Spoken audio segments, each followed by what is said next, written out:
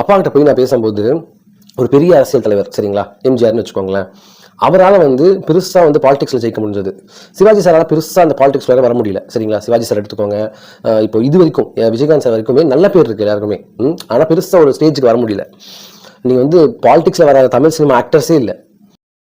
இப்ப இருக்கிற ஜெனரேஷனுக்கு எப்படி எம்ஜிஆர் தெரியாதோ, நிறைய பேருக்கு கலைஞர் யாருன்னு தெரியாது. இது நீங்க தெரிஞ்சுக்கணும் அப்படின்னா, இவர் தான் தமிழ்நாட்டோட 4th சீஃப் மினிஸ்டர் அறிஞர் அண்ணா. இவர் தான் மெட்ராஸ் அப்படின்ற நம்மளோட ஊரை தமிழ்நாடுன்னு மாத்தினாரு. அண்ணாவுக்கு அப்புறம் கலைஞர் கிட்டத்தட்ட 75 இயர்ஸா ஒரு பார்ட்டிகுலரா இருந்திருக்காரு. டிஎம்கேக்குள்ளார 5 டைம் சீஃப் மினிஸ்டரா இருந்திருக்காரு. இன்னைக்கும் இவரோட டிஎன்ஏ தான் பாலிடிக்ஸ்ல சீஃப் மினிஸ்டர், டெப்டி சீஃப் மினிஸ்டர்னு எல்லா ரோலுமே பிளே பண்ணிட்டு இருக்காங்க. பெரியாரும் அண்ணாவும் இல்ல அப்படின்னா தமிழ்நாட்டுல எந்த லீடர்ஸும் இப்ப இருக்க மாட்டாங்க. உதாரணத்துக்கு எம்ஜிஆர் சாரா இருக்கட்டும், கலைஞர் சாரா இருக்கட்டும், இவங்க எல்லாருமே பர்த் ஆரிஜின் இவங்கதான். ஜெயலலிதா என்னும் நான் அப்படின்னு கர்ஜித்தவங்க ஒரு உமன் லீடரா அவங்க பயங்கரமா ஏடிஎம்கே பார்ட்டியை ஒரு ஸ்டேஜ்ல இருந்து அடுத்த ஸ்டேஜுக்கு கொண்டு போய் கிட்டத்தட்ட டபுள் டைம் சீஃப் மினிஸ்டர் ஆனாங்க எம்ஜிஆர் சார் மாதிரியே. இந்த மாதிரி நீண்ட வரலாறை நீங்க புரிஞ்சுக்கிட்டா மட்டும்தான் உங்களால சீஃப் மினிஸ்டராகவே முடியும். ஏன்னா தமிழ்நாடோட பாலிடிக்ஸோட டீடைல் ஹிஸ்டரியே இன்னும் அதிகங்க.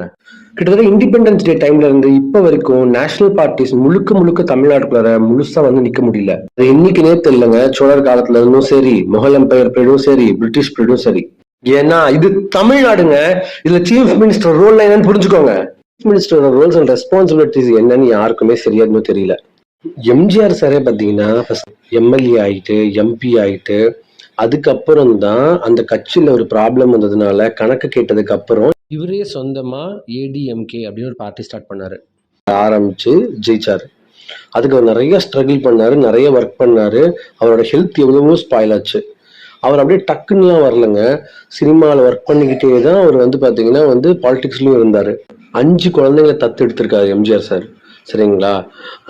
எத்தனையோ நல்ல விஷயங்கள் இருக்கு. எம்ஜிஆர் மாதிரி ஆகணும் அப்படின்னு நீங்க ஆசைப்பட்டீங்கன்னா, எங்க அப்பா கிட்ட போய் நான் கேட்டதுக்கு அவர் சொன்ன ஒரே ஒரு ஆன்சர் என்ன அப்படின்னா, கேட்காம நல்லது செய்யணும் அப்படின்னு சொன்னாரு.